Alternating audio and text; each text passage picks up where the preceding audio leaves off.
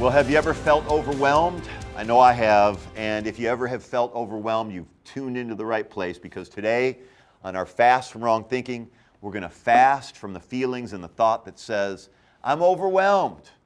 You see, everything you see in this world was created by God in 6 days. He's in the business of getting a lot accomplished in a little amount of time, and He lives inside of you, so you don't have to carry your burden alone when you feel overwhelmed. Most people don't understand what Jesus meant when He said, take my yoke upon you. You see, a yoke is a harness placed upon two oxen, and it causes them to plow together. It puts this yoke around their necks so that they stay together. So when one gets weak or overwhelmed, he can continue by being pulled by the other. So when we feel weighed down, we need to remember we are yoked to Jesus. Jesus is attached to us, and He will carry the load for us. So let's take this thought captive that says, I feel overwhelmed. Step number 1, cast your cares upon God. He will care for you. 1 Peter 5:7 says, how? How do we cast our cares upon Him? Be honest with Him. Tell Him what you're feeling. Tell Him what's bothering you.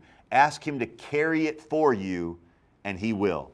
And remember, after you give Him your cares, don't run to pick them up again. Trust Jesus to carry this load with you and for you.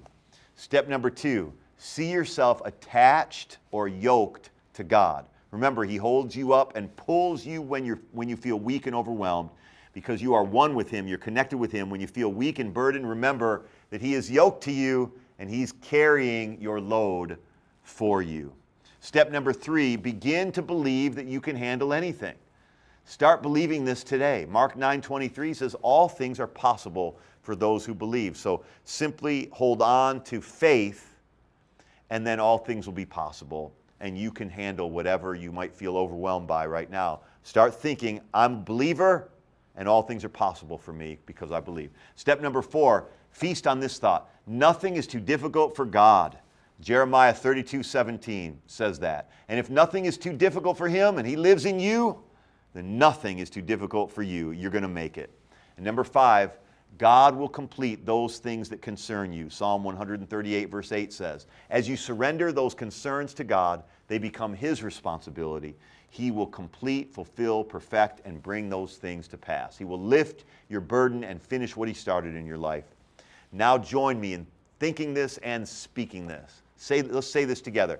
I can handle anything today because I am yoked to Jesus.